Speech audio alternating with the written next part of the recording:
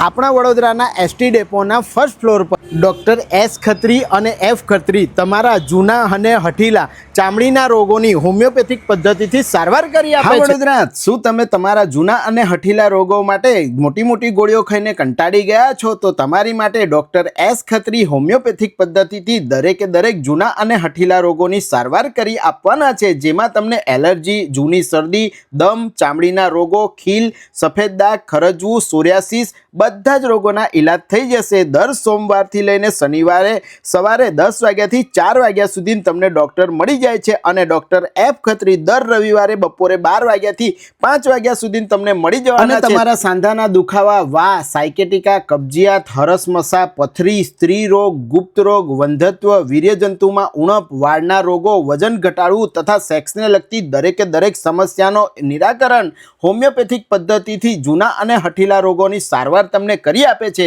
તો સ્ક્રીન પર contact number અને એડ્રેસ આપેલા છે। મારા વડોદરાવાસીઓ, રીલ તમારા ગ્રુપમાં શેર કરી આજે જ પહોંચી જજો હોમિયોપેથિક પદ્ધતિથી સારવાર કરાવવા। ધન્યવાદ।